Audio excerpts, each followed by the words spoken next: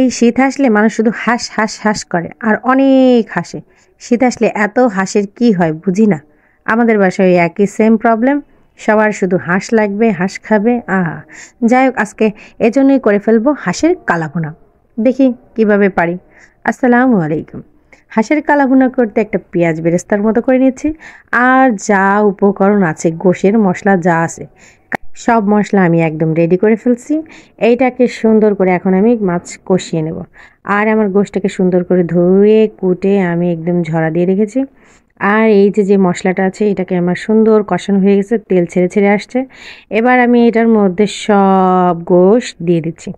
এবার সুন্দর করে আমি নেড়ে চেড়ে উল্টে পাল্টে ভালো করে মাংসের সাথে মশলাটা সুন্দর করে মাখিয়ে ঝাঁকিয়ে নিব।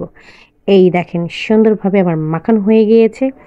এবার এটাকে আমি শুধু ঢেকে ঢেকে এটাকে একটু একটু পর পর উঠিয়ে উঠিয়ে জাস্ট নাড়াচাড়া দিয়ে যাব আর কি।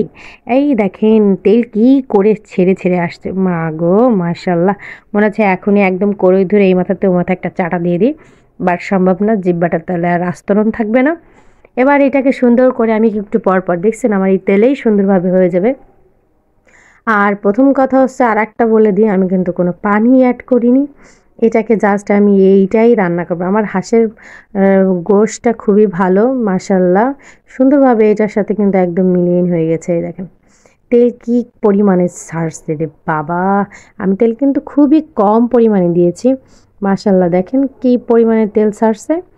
এই তো এভাবেই আমি একটু পর পর শুধু শুধু উঠাচ্ছি আর নেড়ে চেড়ে নিচ্ছি, উঠাচ্ছি আর নেড়ে চেড়ে নিচ্ছি। তারপরে ভাবলাম যে একটা চেক করে দেখি, মা গো কি গরম। যাই হোক গোশটা ভালোভাবে সিদ্ধ হয়ে গেছে, টেনশন মুক্ত হইলাম আমি। এরপর হচ্ছিল গিয়া আমার কালার আসার পর্যন্ত আমি ওয়েট করতেছি। দেখেন এর যে আর কি কালার আসবে। ফাইনালি আমার কালারটা এসে গেছে, আমার কালার বোনা। যাই হোক এভাবে ট্রাই করে দেখবেন। আল্লাহ হাফেজ।